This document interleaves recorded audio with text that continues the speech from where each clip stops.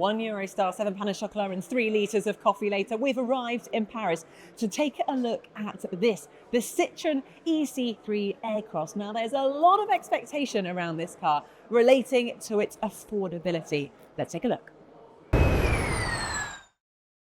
So Citroen have said that electric cars are no longer for the elite. Well done, Citroen. And this is what they have presented us with.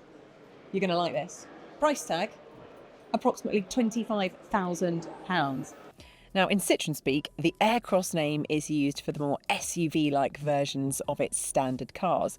So this is the butch version of the e-C3.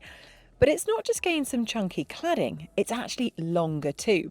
It grows by precisely 375 millimetres to 4.39 metres. And that means there's more room inside for more bodies, or animals, or bags, or whatever it is you like to put in your car. In fact, there's a 7-seat version of this car, but it's only available with the hybrid and petrol powertrains, not with the electric model because of the battery packaging. What a shame! Anyway, let's take a closer look. First up is this sheer drop at the end of the nose. There's like a vertical drop here, which I think is very Oli-esque. The other thing I quite like is the 3 segments that you've got going on with the lights. There is also that whopping great logo in the middle, just to remind you that you are in fact driving a Citroen. And then also you've got your skid plates down there. Now you see these unclip, and you can actually buy different ones if you want to make your car look a little bit more distinctive. Nice little attention to detail here. So on the wheel arches, you can see Citroen logo there. Also a bit of a nod to the Oli. The other thing you can do to personalise it is you can change the colour of your roof. And I do think it looks quite smart with the black. They've also got it in the white, which I've got my eye on. And then roof rails that actually work, which is useful, not just there for styling. You can add up to 200 kilos of load up there. So I'm thinking I could strap my husband and all 3 kids and still have more weight to add. Now, I reckon this car looks quite similar to something that Nicola was filming with a couple of weeks ago, the Vauxhall Frontera. What do you think? Could they be related? Now, interestingly, the Frontera and the e-C3 Aircross both use the same smart car platform and the same motors and all of that. But I don't know, I reckon the Citroen's got a little bit more style to it. What do you think? Drop me a comment and let me know below. Now, I think you're going to like this bit. I think this is one of the best features of this car. Because, check out that. For what is a relatively mid-sized, smallish SUV, you've got 460 litres of boot space in there. Now that's 75 more litres than the ID3 and kind of similar to the Kia Niro EV. So I think that is a massive thumbs up. Up front here is what I call the dashboard and what Citroen calls the C-Zen Lounge. Now Citroen claims that they've reinvented the traditional dashboard so that driver and front passenger have a clean and uncluttered view forwards. Well, let's take a look inside. First thing you notice is this. These advanced comfort seats. They are very advanced and they're very comfortable. Apparently they've got double density foam, which basically makes them really soft and squishy and really nice and comfy. I'm not sure I actually like the styling of them. I like the two-tone, but I'm not quite sure I like the styling of the sponginess, but the benefit that you get in comfort, I'd take it. Overall, having a look around, there's a few little plasticky bits, but I'm going to ignore that. What I am going to look at is straight ahead.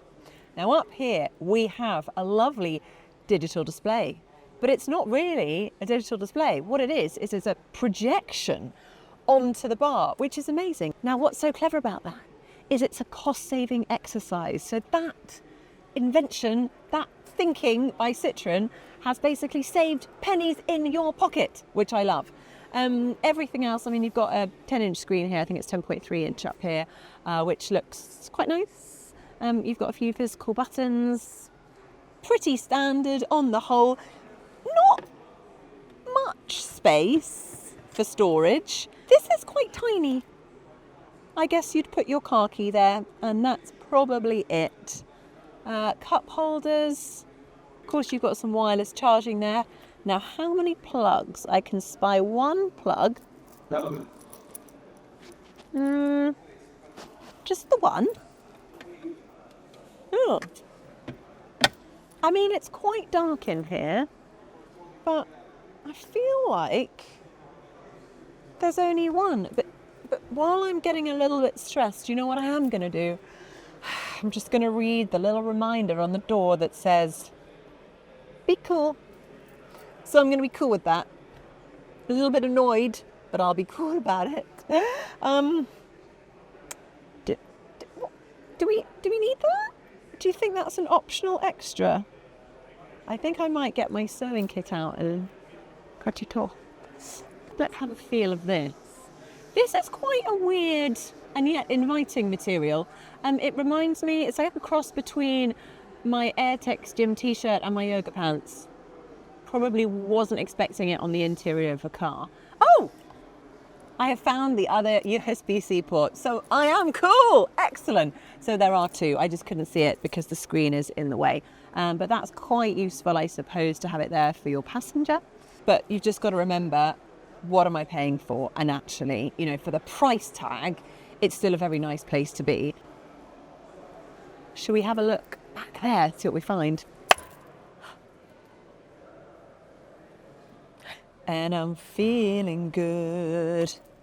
And I am actually feeling quite good back here because it's really spacious. Like, I feel like this is always my test of, can I get a handspan between my knee and the car seat? It's very rare when the answer is yes, but the answer is very much yes.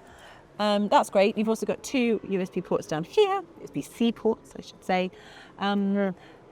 You've got a space to put your phone, although I would definitely put my phone in there. Forget I'd put my phone in there and think I'd lost it.